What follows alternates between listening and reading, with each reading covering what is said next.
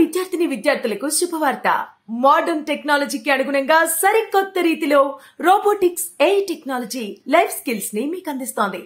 వివరాల కోసం సంప్రదించండి శ్రేష్ఠ ఎడ్యుటెక్. Phone number 9989999969. మరో బ్రేకింగ్ అందింది శ్రవంతి. సో 21 సీట్లలో జనసేన పోటీ చేసిన 22 స్థానాల్లో కూడా 21 సీట్లలో ఆధిక్యం కొనసాగుతోంది. సో ఈ విధంగా ఖచ్చితంగా 21 సీట్లు కనుక గెలిస్తే జనసేన హ్యాట్రిక్ కొట్టినట్టే అనుకోవచ్చు. అవును. సో ఈ ఆధిక్యంతోని జనసేన కార్యకర్తలు కానివ్వండి, ఎవరైతే ఇన్ని రోజులు అంటే నిరాశతో ఉన్నటువంటి జనసేన కార్యకర్తలు కానివ్వండి, నేతలు కానివ్వండి, ఈ ఫలితాలను చూసిన తర్వాత వాళ్ళలో అంటే ఆశలు చిగురించవచ్చు. ఎందుకంటే వాళ్ళు చాలా పూర్తి ఒక పండుగ వాతావరణం నెలకొని ఉంటుంది ఆ పార్టీలో. సో ఈ విధంగా పవన్ కళ్యాణ్ తీసుకున్న స్టెప్ కరెక్టే అని ఆ పార్టీ నేతలకు కానివ్వండి, కార్యకర్తలకు కానీ నిజమే అని పవన్ కళ్యాణ్ మెచ్చుకునే ఛాన్స్ అయితే మనకు ఈ ఫలితాలను బట్టి అయితే మనకి ఇక్కడ స్పష్టంగా అర్థమవుతుంది. చాలా డెస్పరేట్ గా ఆయన విజయం కోసం ఎదురు చూస్తున్నారు. గత 10 ఏళ్ల నుంచి కూడా ఆయన విజయం ఎప్పుడు వస్తుంది, నా సత్తా నేను ఎప్పుడు చాటాలి, ప్రజలకు ఏదో చేయాలని బలంగా ఆయన నమ్ముతున్న పరిస్థితిని మనం చూస్తూ వచ్చాం. సో ఇక్కడ బిగ్ బ్రేకింగ్ న్యూస్ చూద్దాం. ఇక్కడ రాజంలో ఇక్కడ అసెంబ్లీ నియోజకవర్గాన్ని మనం పరిశీలించినట్టయితే మొదటి రౌండ్ లో కొండ్రు మురళీమోహన్ టీడీపీ అభ్యర్థి అయినటువంటి వాళ్ళు 108 ఓట్లతో ఆధిక్యంలో ఉన్నారు. ఇంకా వైఎస్ఆర్సీపీ అభ్యర్థి అయినటువంటి అభ్యర్థి 3861 అంటే చాలా తక్కువ. ఇక్కడ అంటే జస్ట్ ఒక 100 ఓట్ల తేడాతో మాత్రమే టీడీపీ అభ్యర్థి ముందంజలో ఉన్నారు. ఇంకా తర్వాత రౌండ్లు గడిచినా కొద్దీ తెలుస్తుంది అంటే ఎన్ని ఓట్ల మెజారిటీతో గెలుస్తారు, ఎన్ని ఓట్ల మెజారిటీతో ఓటమి పాలవుతారనేది మాత్రం ఇక్కడ మనం స్పష్టంగా గమనించాలి. అలాగే మళ్ళీ వెంకటగిరిలో కూడా 3 రౌండ్లు పూర్తి అయ్యేటప్పటికి టీడీపీ అభ్యర్థి లీడింగ్ లో కొనసాగుతోంది. టీడీపీ అభ్యర్థి రామకృష్ణ 14,933 ఓట్లతో మెజార్టీ ఓట్లతో ఆధిక్యంలో కొనసాగుతూ ఉన్నారు. సో ఇక్కడ కూడా సంగీతం మనం గమనించినట్టయితే అంటే ఎక్కువ ఓట్లు పెద్ద తేడా ఏం లేదు. టీడీపీ అభ్యర్థికి 14,933, వైసీపీ అభ్యర్థికి 12,718 అంటే 2,000 తేడా ఉంది. చాలా ఒక్క ఓటు కూడా మార్చేయొచ్చు. సో తారుమారు అయిపోతుంది ఫలితాలపైన. ఒక్క ఓటు ఆధిక్యంలో ఉన్న ఆధిక్యమే కాబట్టి సో వాళ్ళు టీడీపీ నేతలు అయితే సంబరాలు చేసుకున్నట్టు కనిపిస్తోంది మనకి.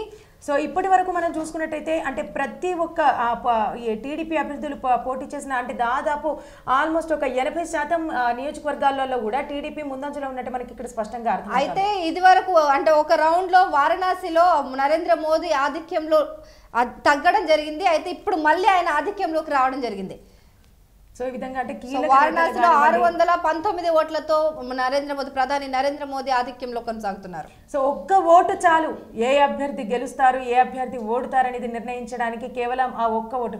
అందుకే రాజకీయ నాయకులు కానివ్వండి, వేరే అంటే ప్రముఖులు కూడా కానివ్వండి, మీ ఓటును దుర్వినియోగం చేసుకోకండి, ఖచ్చితంగా వినియోగించుకోండి అని అనడానికి చాలా అమూల్యమైనది.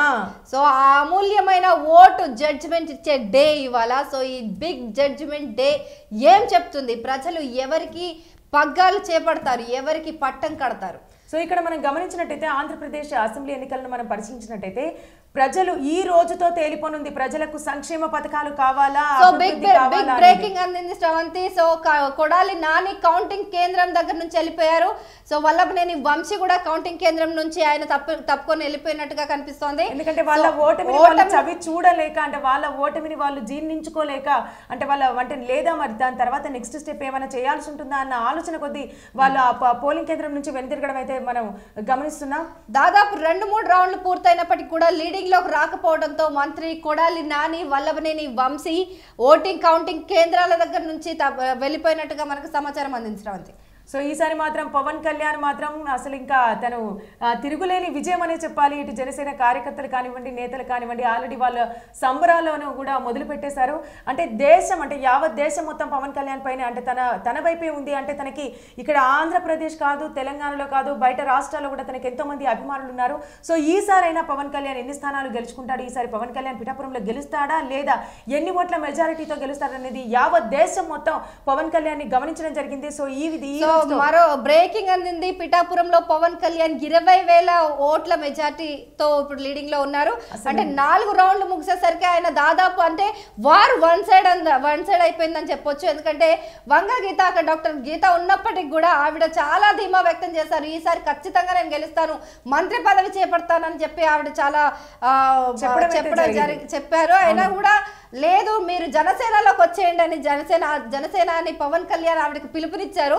సో అదే జరుగుతుందేమో అన్నట్టుగా ఇక్కడ ఫలితాలు అయితే కనిపిస్తున్నాయి. 4 రౌండ్లు పూర్తయ్యేసరికి 20,000 ఓట్ల మెజార్టీ ఆధిక్యంలో ఆయన కొనసాగుతూ ఉన్నారు. సో ఇప్పటికీ ఈ ఫలితాన్ని బట్టి మనకు అర్థమవుతోంది పవన్ కళ్యాణ్ ఆల్మోస్ట్ అంటే గెలుపుకి ఒక్క అడుగు దూరంలోనే ఉన్నాడనేది మాత్రం మనకు స్పష్టంగా. అలాగే మన ప్రాంతాల వారిగా చూసుకున్నా కూడా రాయలసీమలో 54 స్థానాలు ఉంటే అందులో 34 కూటమియే లీడింగ్ లో కొనసాగుతుంది. అంటే కూటమి ఈసారి గట్టిగా అంటే బాగా జెండా పాతనున్నట్టుగా మనకు తెలుస్తోంది శ్రవంతి.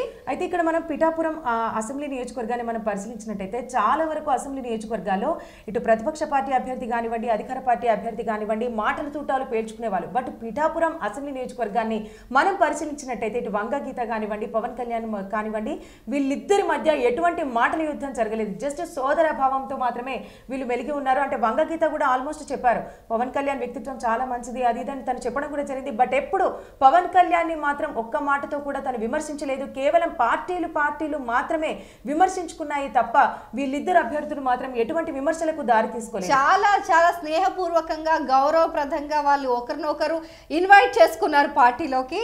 హ్యాపీ బర్త్డే బంగారం, ఆశీర్వదించండి తాతయ్య. నిండు నూరేళ్లు ఆయురారోగ్య ఐశ్వర్యాలతో వర్ధిల్లు. మావయ్య మీరన్నట్టుగా ఐశ్వర్యంతోనే వర్ధిల్లుతుంది. నిన్ననే తన పేరు మీద S2S ఇన్ఫ్రాకాన్ లో ప్లాట్ తీసుకున్నాం. ఓ అయితే సూపర్. S2S Infracon Srikaram, శుభకరం, సౌభాగ్యకరం, సంపత్కరం.